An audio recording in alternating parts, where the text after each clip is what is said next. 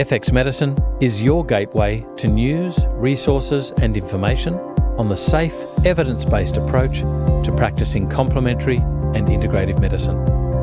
Visit fxmedicine.com.au to sign up for e-news and stay up to date with the latest research, podcasts and industry information.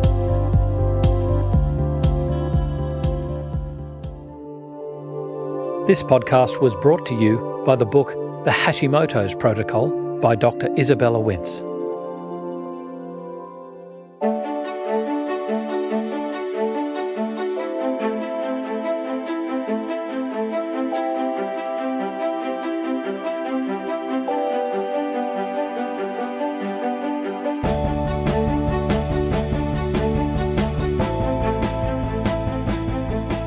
This is FX Medicine. I'm Andrew Whitfield Cook. Izabella Wentz is an internationally acclaimed thyroid specialist and a licensed pharmacist who's dedicated her career to addressing the root causes of autoimmune thyroid disease after being diagnosed with Hashimoto's thyroiditis in 2009. Dr. Wentz is the author of the New York Times best-selling patient guide, Hashimoto's Thyroiditis, Lifestyle Interventions for Finding and Treating the Root Cause, and the recently released protocol-based book Hashimoto's Protocol, a 90-day plan for reversing thyroid symptoms and getting your life back.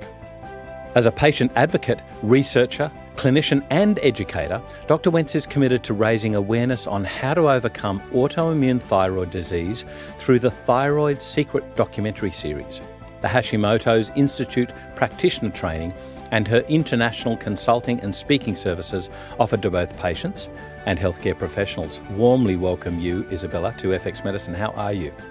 I'm good. Thank you so much for having me. Oh, it's my absolute pleasure. Now, I think we're going to jump straight into it because you've got a lot to cover. This is such an in-depth topic and it's broad. You don't just talk about the thyroid, which I love. So you've got a bit of an incredible insight into Hashimoto's, having navigated it yourself. But let's first go back to your pharmacy training and your background. What first happened in pharmacy to alert you to the real issues of Hashimoto's? You know, and truth be told, I was never interested in the thyroid or Hashimoto's when I was going through my pharmacy training. So I learned during pharmacy school that thyroid disease is something that just sort of happened, and that you were to just take thyroid medications if you had an underactive thyroid and suppress your thyroid function, or take radioactive iodine if you had an overactive thyroid.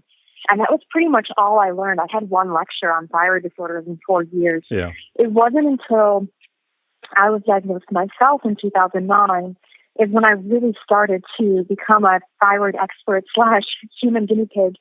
And that was really to take back my own health. I really didn't understand the complexity of thyroid disease during my training. It was, you have this condition, there's a pill for it, and that's pretty much it.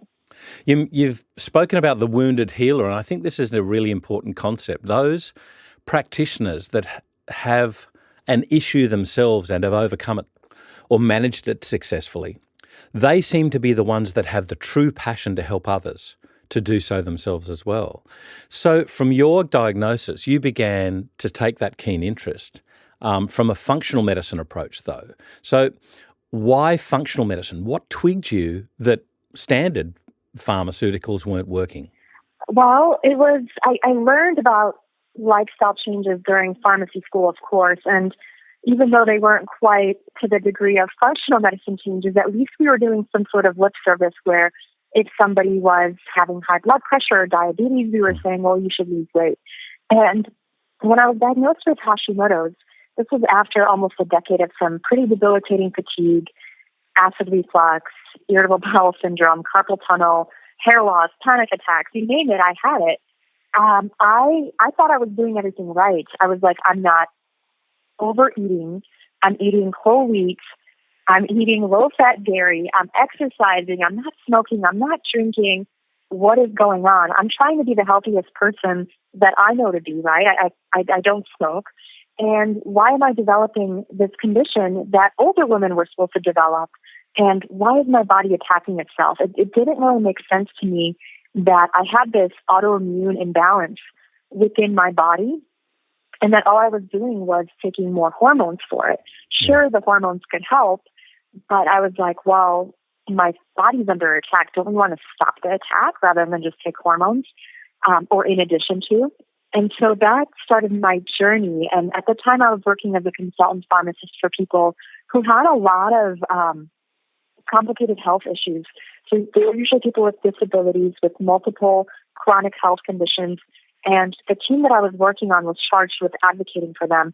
And so I was always looking outside the box for my clients to try to figure out why they were not feeling their best and if there was anything that could be done for them. And I started utilizing that same methodology for myself. A lot of my clients had conditions that were not traditional conditions. So we had clients with Down syndrome, and there was not, the standard of care for that condition. And so I was always looking at PubMed, and I was always looking at patient forums to try to find out if we could research or find out any of the latest and innovative therapies that could help them, as well as anything that the parents or caregivers were reporting to be helpful. So I started utilizing that for Hashimoto's as well. And I was really interested in what caused the condition. And if I could figure out the cause, then maybe I could reverse it or at least feel better, right? This is the thing that really interests me is, given that the standard of care either isn't there or it doesn't reach the acceptability of what patients are wanting for control of their disease, isn't evidence-based medicine supposed to direct a healthcare practitioner to going down the levels of evidence? If you've wasted the top echelon, you go down to the next level. If you've wasted that, you go down to the next level. At the end of the day, what you want is for Mrs. Jones to feel better. So this is what really stuns me about many clinicians that don't look further. What's their paradigm? What is it? Are they just stuck in a box? Or what do you feel when you're talking to colleagues that don't believe in integrative medicine? It's a little bit challenging for me to speak to people who don't believe that, because they have this air of skepticism. And a lot of times the reason I'm talking to them is because they're having some sort of health challenges themselves, right? And so they're coming to me and they're curious, but at the same time, to them, it's almost like, well, if food made a difference, why didn't I learn about it? Yeah. If supplements or vitamins actually worked, why did I not learn about this in my 4 years of medical school, 4 years of pharmacy school, residency, nursing school, so on and so forth? And it's, natural, I feel, for them to be skeptical because they've never been trained in it. And they're often disregarding it. But it's going back to, you can only manage what you measure, and they're not really measuring these things. So a lot of times we'll say, I'll also have clients that will say, or readers that say, I went to my endocrinologist and he said, I don't need to change my diet. And then my question is always, well, has the endocrinologist monitored people that went gluten-free with thyroid disease and seen the results? And my encouragement is always for people just to give it a try. They can always go back to how they were before. Yeah. I think that's the great thing about integrative medicine, is that you've got to be really, really silly to be unsafe with it. So let's delve into the thyroid itself. What happens in Hashimoto's? And, tell us a little bit about the thyroid itself. What makes it such an efficient pump for metabolism? So our thyroid gland is this tiny little gland at the base of our neck, and it is in charge of our metabolism. It's in charge of producing thyroid hormones that impact every single cell in the body. And when the thyroid is out of balance, we can feel it pretty much on every cell. So we might see a person who has Hashimoto's or an underactive thyroid. They might have anything from hair loss to the top of their head to tingling at the bottom of their feet. And it's one of those conditions that can be very nonspecific. In thyroid disease, when we have an underactive thyroid, essentially the thyroid gland is not able to produce enough thyroid hormone to supply the body with enough hormone. And this is when a hypothyroid state develops. Hashimoto's is the most common cause of thyroid disease in countries that add iodine to the salt supply, so in developed countries. And we find that what's essentially happening in Hashimoto's is the immune system begins to recognize the thyroid gland as a foreign invader, begins to launch an attack against the thyroid gland. Right. eventually destroying it. And I said the word pump before, but because the thyroid is quite an efficient manufacturer of thyroid hormone, is it true that not like 90% of the thyroid can be damaged and you still can produce enough thyroid hormone, but then there's that tipping point? Is that what happens, or does it tend to vacillate while it's being damaged? It can definitely vacillate as it's being damaged. What we see generally is probably for the first 10 years that a person has Hashimoto's, they may still be able to compensate, quote unquote, and produce enough thyroid hormone, but at the same time, they're going to be symptomatic. So the tests will say that they're euthyroid, but their body will not reveal the same thing, right? So when we talk to these clients or patients, we find that they're feeling anxious. We find that they're feeling depressed. They're feeling more tired. They're maybe having trouble with weight gain and some cold intolerance. So there's going to be some degree of symptoms even when the thyroid gland is not fully destroyed. Just in the stages where it's being attacked by the immune system, we can still be very symptomatic. So is that evidence of, interleukins, the cytokines that are produced that are causing this issue, that they have systemic effects, or is there some other mechanism there? Definitely that could be a part of the mechanism. Some of the research suggests that it is when the thyroid gland is under attack, when we have breakdown of thyroid cells, the cells get, the thyroid hormone gets rushed into the bloodstream, and that may produce anxiety symptoms. So there's various mechanisms from inflammation, interleukins, to actually physical destruction of the thyroid gland that leads to some dumping of thyroid hormone into the bloodstream. Okay. And you speak about Hashimoto's in 5 stages. Can you take us through these stages and what defines them? Of course. The very first stage of Hashimoto's is just having the genetic predisposition for the condition. So if somebody has a relative, a mother or father, even a grandmother with Hashimoto's, they're going to be potentially in stage 1 because they have the genes where, given the right circumstances, their body may start to attack their thyroid gland.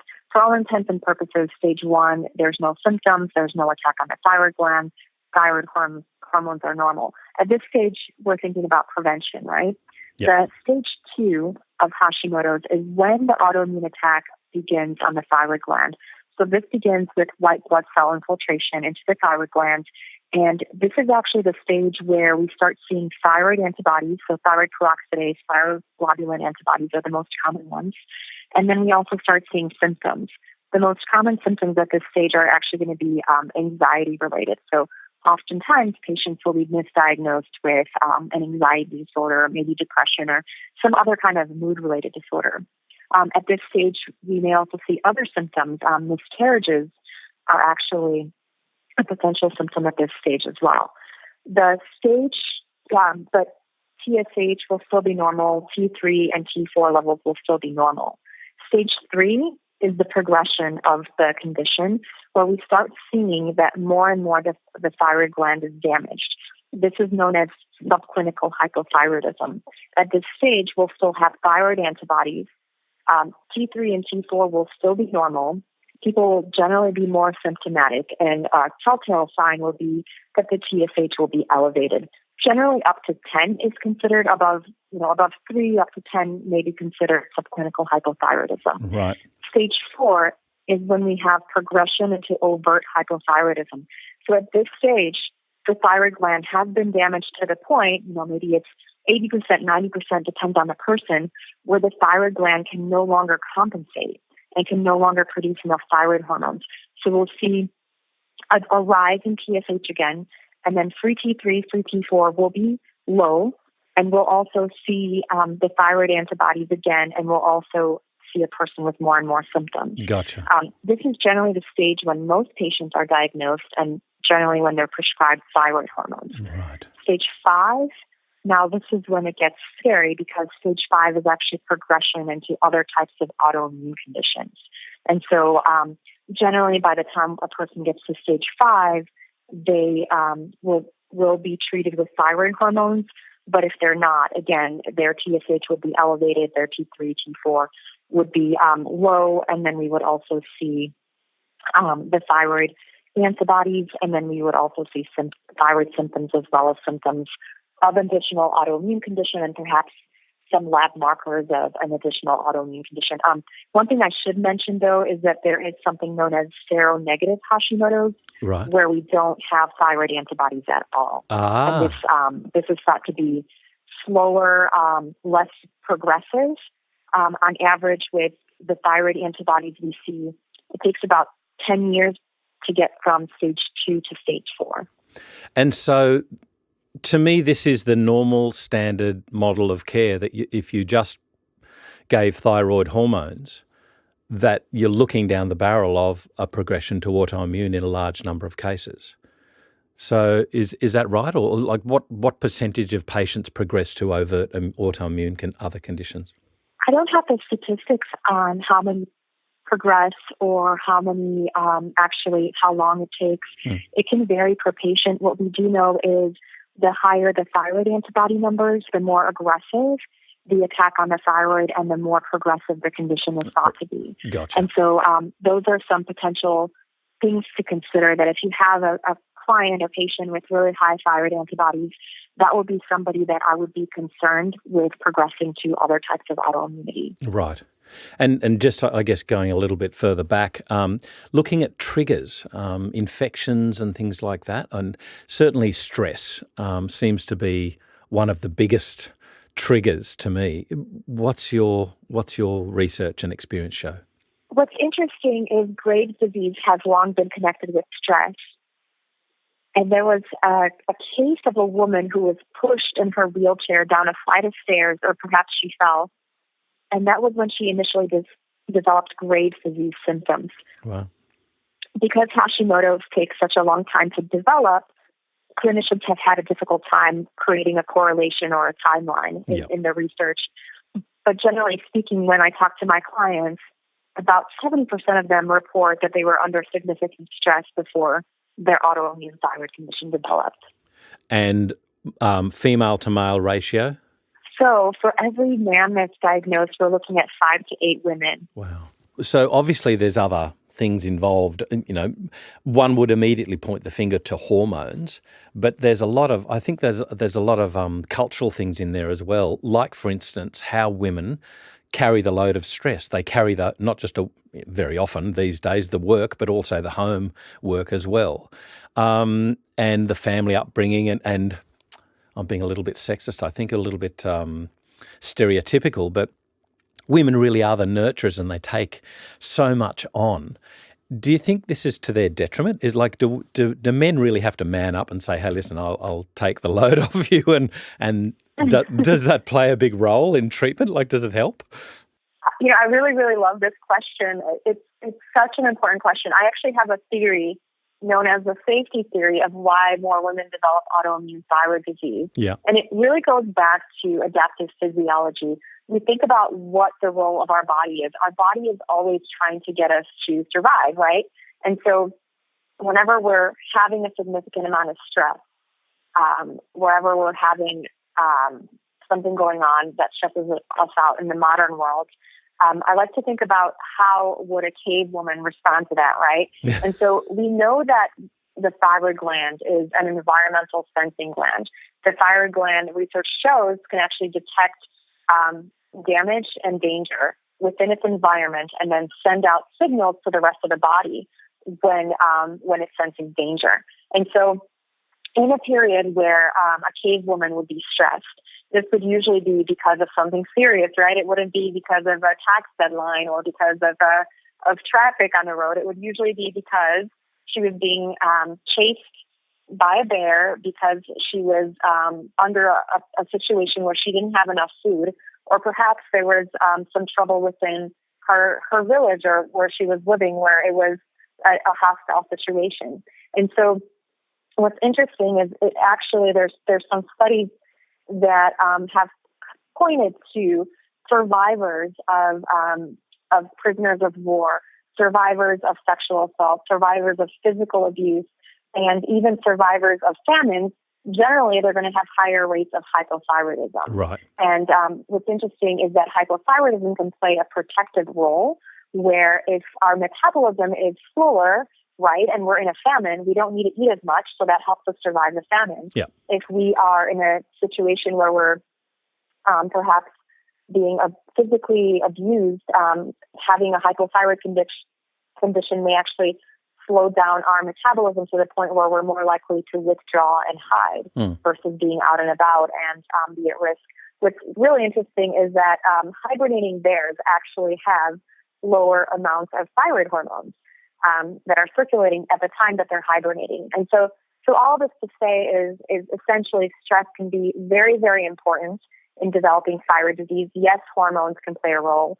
Personal care products can certainly play a role because women put twice as many on as men do, and they often have hormone-disrupting chemicals in them. Yep. But I also think, being a woman in our modern world is more stressful or more, I guess, danger-provoking, where we don't feel safe compared to being a man. Just to give you an example, I could quote a lot of research studies and whatnot, but there's a dating app called Tinder that's popular among young people, and what the app's founders, they did a survey with their users, and they asked the females what was their biggest fear in using the dating app. And the women replied that their biggest fear was that the man that they met was going to be a psychopath and hurt them. Yeah. Do you know what the biggest fear the men had? What? That the women that they met in real life were not going to be as pretty as they were in their pictures. Yeah. Doesn't that speak volumes? And that's just how our culture is, where it's just not as safe to be a woman as it is a man. I know if I was to ever walk alone at night, I would be looking around and making sure I was safe, versus my husband would not have that same kind of fear response. And going back to, manning up, I do find that a lot of my female clients who have supportive husbands are usually the ones that get better and that have the best type of outcomes for recovering their health, versus the women that are fighting against their husbands and families to get better, right? So what about things like, you mentioned endocrine disrupting chemicals, so the toxic load stress, this surely would be an ever-increasing issue in particularly developed countries. Absolutely. And there's so many examples, but two of them that really come to mind are going to be fluoride in the water supply. So a lot of communities are placing fluoride in the water supply, and this is very prevalent in the United States and then parts of the UK. And in the UK, they actually found that the communities that had higher levels of fluoride in the water supply had higher levels of thyroid disease. Right. And hypothyroidism specifically. So fluoride can actually be used as a thyroid suppressing chemical, and the doses of that are going to be, comparable to drinking 6 to 8 cups of water on a daily basis. It's also added to our toothpaste. Triclosan is another chemical that's added to soaps as well as toothpaste, and this is also something that's recently been pulled in America by the FDA because of its thyroid disrupting properties. And there's BPA, which is found in plastics, and then BPS, which is another chemical that's similar to BPA that's found in plastics, may also have thyroid disrupting properties. And then we have all of the hormones that act on estrogen. Whenever we have more estrogen in the body, that means we're binding more thyroid hormone, and that means we need to produce more thyroid hormone. If we don't have enough nutrients on board and enough anti-inflammatory compounds, producing thyroid hormones can be inflammatory and can actually initiate the autoimmune attack on the thyroid gland as well. So it's a really whole, a bit of a mess that we've gotten ourselves into with all the fragrance products and all the potions and lotions that we put on our skin day in and day out. Yeah. One of the things that tweaked my interest then, or before, when you're talking about bears going into hibernation and having lower thyroid hormones, is one of the issues with modern day society that we don't have any cyclical or seasonal behaviour changes. We don't do less and do, let's say more chores that would keep us warm in winter. And, get out and play in summer, that sort of thing, Do you find that non-cyclical pace of modern day life is one of the biggest issues? I do feel like it's very much contributing, where we find we have these expectations to perform. And if we're tired, instead of resting, we reach for, a coffee Yeah. or a soda or something caffeinated to keep ourselves going, where we have this lack of communication with our bodies, right?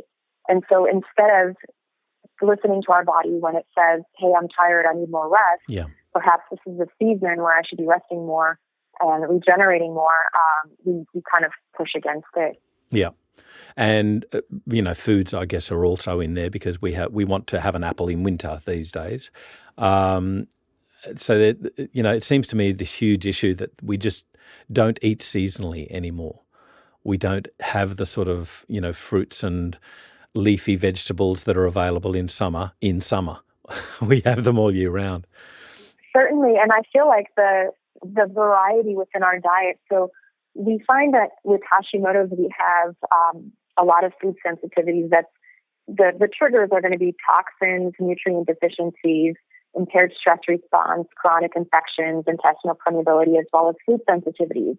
And when you're constantly eating the same food over and over and over again, you can develop a food sensitivity to it that just, the more you eat it. And so actually one of the things I recommend for people with advanced thyroid disease, I may even recommend a rotation diet when they will rotate through foods, even within a 24-hour period. Right. Because they've been eating, chicken is not a common sensitivity, but if all you've been eating is chicken the last few years, you may even be sensitive to chicken. Just one other thing that's going back to the correlation with activity, with seasonality, and when you were talking about bears going into hibernation and having low thyroid, and in my mind, I'm just wondering about, is there any correlation with low thyroid hormones and greater weight and even greater weight signaling hormones, like, for instance,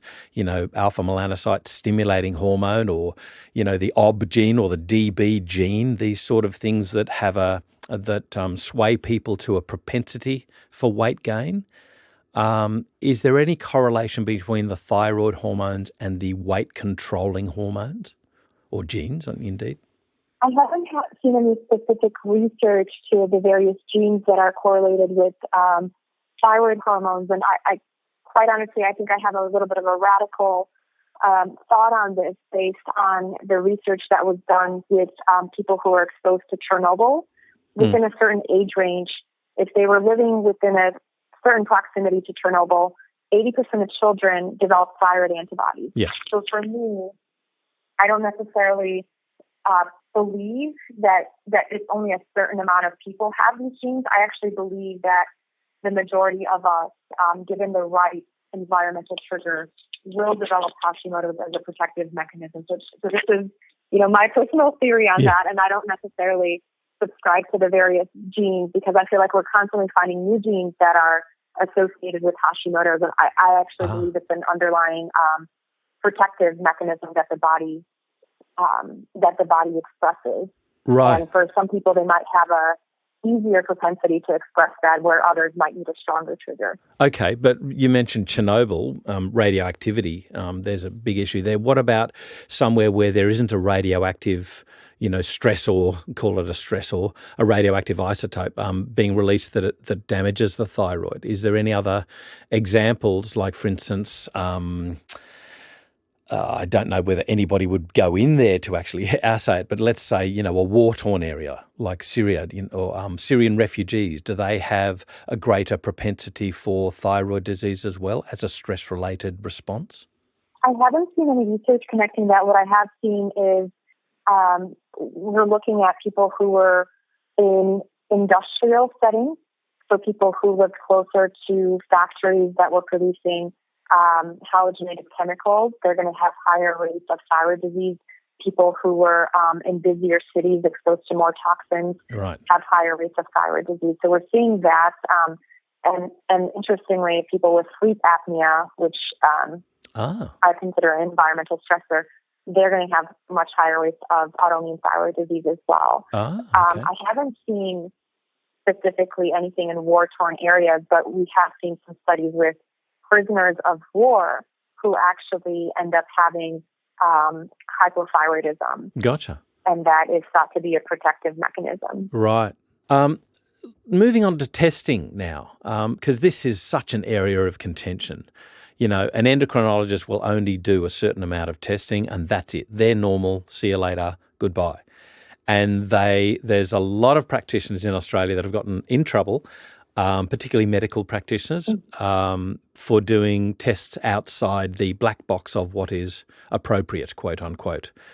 Can you take our listeners, in particular medicos, who are still focused on the TSH and, you know, maybe T3, T4, why these other tests, like looking for antibodies and maybe doing an ultrasound, looking at cytology, why they're so important? I mean, I know this is a whole seminar in itself, but what is it what are the main, say, 5 factors that we need to really change? Well, you know, I get riled up whenever people talk about testing the TSH, and then if only the TSH is elevated, will they test antibodies? But if you know enough about Hashimoto's, you know that the antibodies come first. Yeah. And then the change in TSH might come 1 year later, 5 years later, 10 years, 20 years later. So it just, to me, it's so backwards. And I feel like people, every clinician should start with the thyroid antibodies, because we have a better opportunity to help the patient prevent 10 years of symptoms and 10 years of being told that they're crazy. And we can potentially even reverse the condition and prevent the need for thyroid hormones if we can prevent the damage to the thyroid gland. So thyroid antibodies, I feel like that should be a standard of care for men, women, children. And they're not expensive tests, and they can help predict so many different fertility issues, mental health issues. And if we address the antibodies and lower them, the condition isn't as progressive, right? And the symptoms oftentimes resolve. And sometimes we can go into complete remission. Now, the ultrasound, so here's the thing though, not everybody will have Hashimoto's antibodies, but they'll have Hashimoto's. And so there's seronegative Hashimoto's, where we see that the thyroid gland is under attack, but we're not testing positive for antibodies.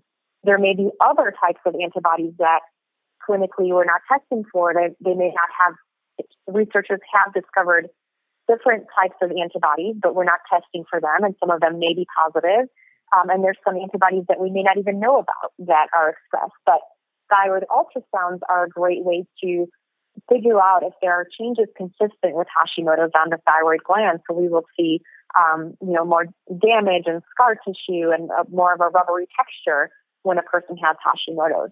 And so thyroid ultrasounds can discover another set of Hashimoto's. And of course, they can discover thyroid nodules, thyroid cysts, and any kind of other issues that need to be closely monitored or investigated.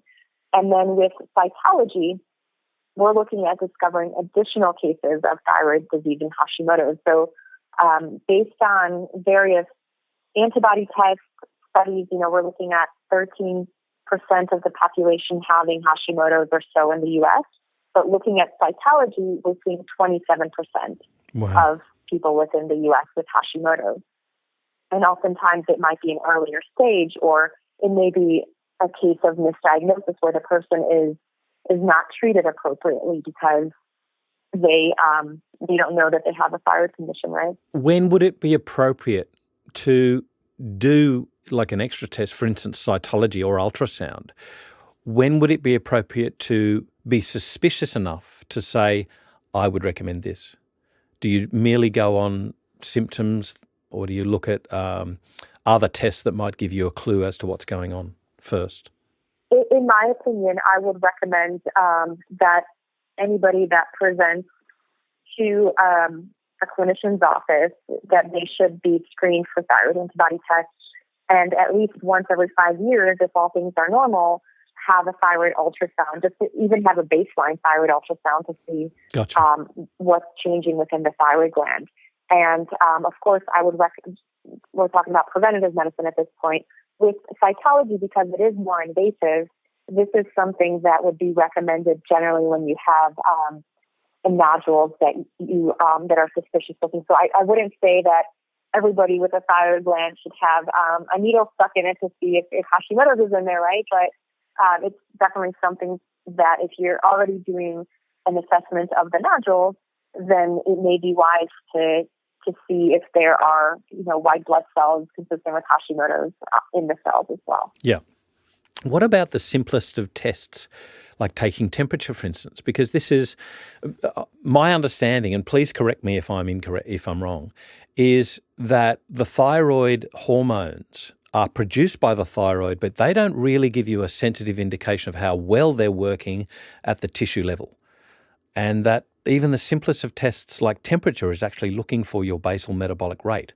Granted that there's more sensitive and complicated tests that you can do, but what about just taking a regular temperature for those people that you suspect? I think definitely taking temperature is an important part of the signs and symptoms that should be evaluated.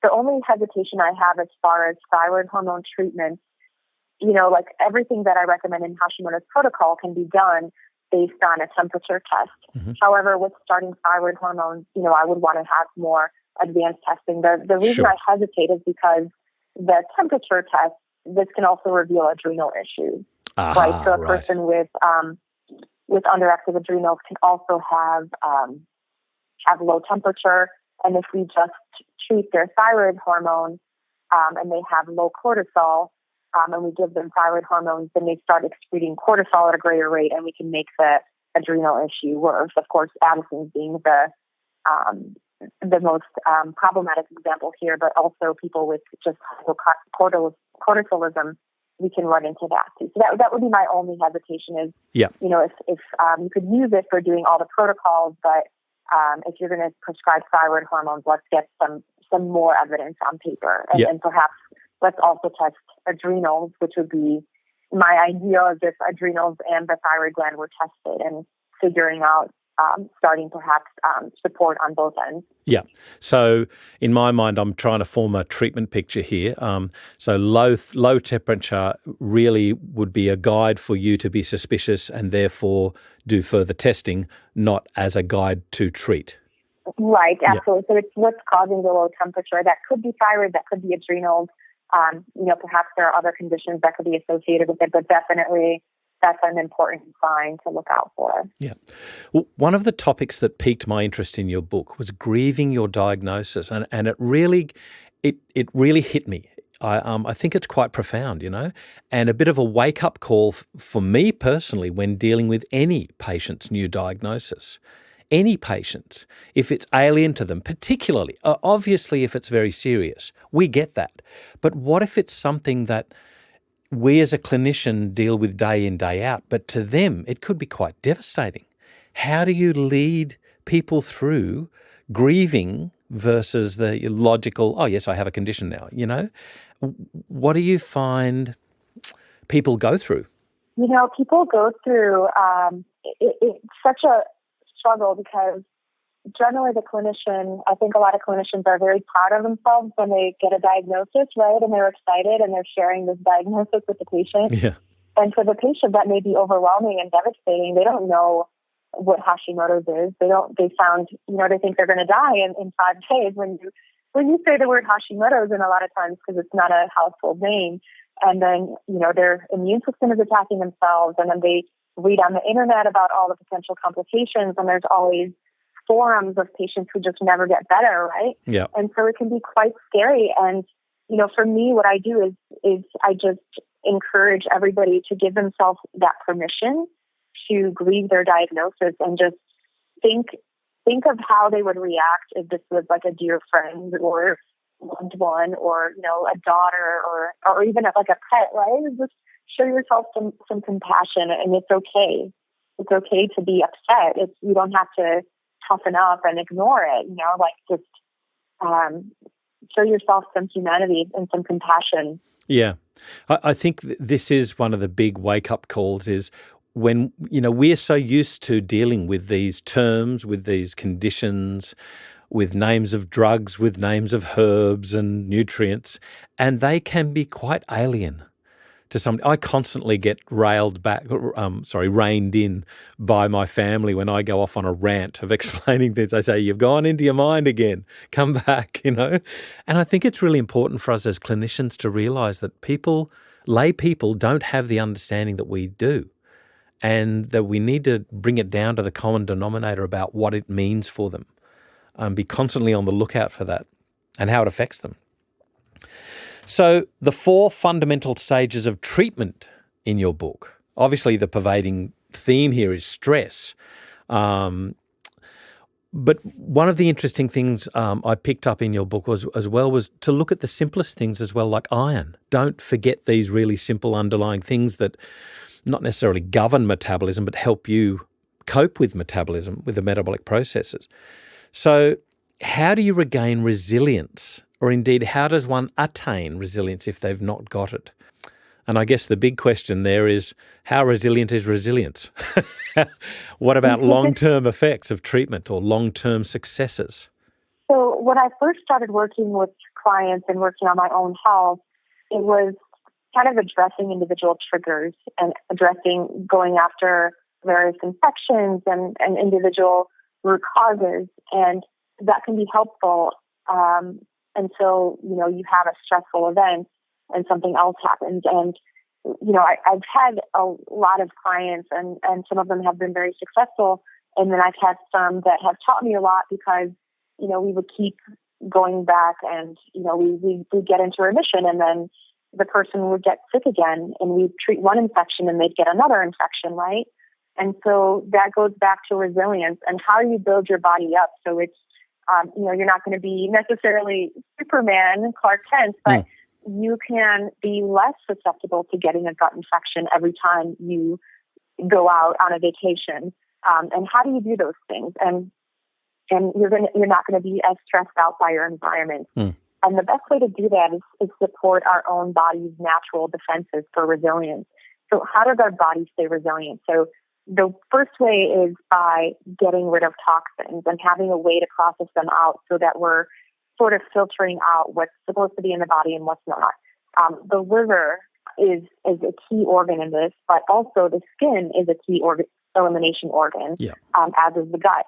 Now with Hashimoto's, we oftentimes have a person with a toxic backlog in their liver. And so they're not sweating enough because hypothyroidism causes low sweating. Their gut is always impaired, so they're not clearing toxins out that way. They have circulating immune complexes that form to the thyroid antibodies, and everything sort of gets stuck on the poor old liver. And so the way to support that is to sweat more and to try to clear out some of that toxic burden. This will make a person less sensitive to their day-to-day stressors. But the way I think of it is it's sort of, like an overflowing bucket. When you've got so much toxicity within your body, even the smallest stressors will stress you out. So that's the first part of it. The second big part is the adrenal hormones. And so I always tell my clients that the way to make other people less annoying and more tolerable is to support your adrenals. and adrenal treatment for all women. Yes. Your boss could stress you out. Your kids could stress you out. Various things could be stressful in your environment. And when you really support your adrenals, and a lot of it goes back to just good old self-care, getting enough sleep, being kind to yourself, saying nice things to yourself. And I love adrenal adaptogens, of course, and targeted nutrients. But you find that the world becomes an easier place to tolerate, and you don't get as stressed out. And maybe you don't get into that fight with your husband, or maybe you don't get angry, and that doesn't lower your own immune defenses, because we know when we're upset, that puts our body in that fight or flight and takes us out of the rest and digest, right? And then the third most important pathway is the gut. And so we know that the gut plays a really important role in every case of autoimmune disease, and thyroid is no different. In fact, thyroid cells and gut cells have the same fetal origin, but when we support the gut properly and we make it more resilient, we find that we see improvements in thyroid function and definitely thyroid symptoms. One of my favorite things for clearing out gut infections, which can cause the intestinal permeability, and preventing new ones, is utilizing probiotics such as Saccharomyces boulardii. This can help eradicate some pathogenic infections, and it can prevent new ones. So, definitely for clients, whenever I have clients that are traveling, I'll tell them to double up on that so that more secretory IgA is produced to protect their gut from oncoming pathogens. And digestive enzymes can help us break down our food into smaller pieces so that it's not as antigenic for us and perhaps kill off some of the potential pathogens that may be on our food. Yeah. I'm so glad that you talk, I was going to say highly, but let's say deeply, around the gut being an important treatment area, because I remember years ago reading something about glucomannan reducing thyroid antibodies. And we always think about, they're the thyroid antibodies, so they're in the thyroid and the blood. We don't think about how our body gets rid of things. What about over versus under treatment? How do you gauge treatment-related symptoms, as being a warning sign for over-treatment, say, versus the normal vacillation of the disease progress, i.e., your treatment isn't doing anything and the disease is just vacillating as it would? How do you say, aha, I'm on the right track versus what am I doing here? This is a question I commonly get, and people will say, oh, well, don't the thyroid antibodies go away when the thyroid gland is fully damaged, right? When the thyroid gland is gone. But I actually do like thyroid antibodies as a potential measure, a marker for seeing improvement. So how do we know that a change is an improvement? And we're looking at thyroid antibodies and symptoms, and we're trying to draw a correlation with that. Of course, everybody is different, but there are certain things that are fundamental for most people. With Hashimoto's, 88% of people feel significantly better on a gluten-free diet. 80% feel better on a dairy-free diet, and we'll see reductions in antibodies as well. Selenium is a very helpful nutrient. So there's some fundamentals that we can always do to determine if to help a person improve. And again, I'm looking at symptoms and then tracking antibodies and tracking lab markers as well. Yeah. And I've got to cover the issue of iodine, particularly in Australia, where we've got a marginal to mild deficiency, at least in the eastern states, to the point where all pregnant women in Australia are recommended to have a supplement. Even though we've got fortified foods now, bread is fortified with iodine, all pregnant women are, I'd say the word mandated, but there's guidelines to give all pregnant women a supplement as well as the fortified foods of 150 micrograms of iodine during pregnancy. What about the issue of iodine? How high can you go? What sort of silly doses do you see used by some practitioners? I've got some concerns with some, and what are the risks with iodine with regards to Hashimoto's? Iodine is such a controversial topic when it comes to Hashimoto's, and the kind of the origin of iodine used as a treatment it makes a lot of sense because iodine is a part of thyroid hormone, and back before we had iodine fortification, the primary reason, and it's actually the primary reason worldwide for hypothyroidism, was iodine deficiency. And so, very much so, if you have iodine deficiency hypothyroidism, taking iodine will help, right? It's pretty simple. Where it gets a little bit more complicated is that researchers have found that in countries that started adding iodine to the salt supply, we see less iodine deficiency, but we see more autoimmune thyroid disease. And so now iodine excess has been determined to be a potential environmental trigger for Hashimoto's. Generally, combing through all of the research and trying to come up with an answer for this for my clients, generally, you don't want to do more than 300 micrograms of iodine if you have Hashimoto's and TPO antibodies. Gotcha. Now, there are some people that have taken iodine with Hashimoto's and taken really high doses, and it actually helps them. However, what unfortunately I've seen is that there's a certain amount of people where they're given milligrams, like 5 milligrams, 50 milligrams, and note that the recommended daily dose is in micrograms, right? And I've seen their TSH go up to the 100 level when it was maybe 8 to 10. Yeah. I've seen their thyroid antibodies go up to the 1,000 level. Wow. One woman had a T4 that was nearly 0, and she was bedridden, where before it was like she was subclinical hypothyroid. And certainly for some people, iodine could be a part of the story where they do need to take an iodine supplement to recover their health. And taking an iodine supplement in the form of a multivitamin or a prenatal vitamin, that's generally been found to be safe for most people with Hashimoto. Right. And that can actually improve outcomes. So, just to kind of make a long story short, I would say the amount that's in a multivitamin, the amount that's in a prenatal vitamin in micrograms, up to 300 micrograms is going to be generally very safe and very well tolerated by most. On the other hand, when we get into the milligram dosages, that's when we can get ourselves into trouble with accelerating actually thyroid tissue damage. And my colleague and good friend, Dr. Karazian, has correlated some brain-related symptoms along with utilizing iodine, where perhaps some Hashimoto's antibodies can be cross-reactive with brain tissue and cause more brain inflammation when the high-dose iodine is utilized. Okay. I've got to say I've always been quite cautious on the high iodine doses that I've seen touted around somewhere. It really concerns me. I often refer to a very interesting tete-a-tete. It's an argument basically between Dr. Guy Abrahams and Dr. Alan Gabby in the Townsend Letter for Doctors regarding the doses of iodine that were in seaweed. And it's it's a really interesting thing for anybody to look up. But I've got to say, for anybody, any clinicians out there who want to learn more about the research that you delved into, they need to read your first book, is that right? And then the second book is really the how to do stuff, how to treat people. Is that correct?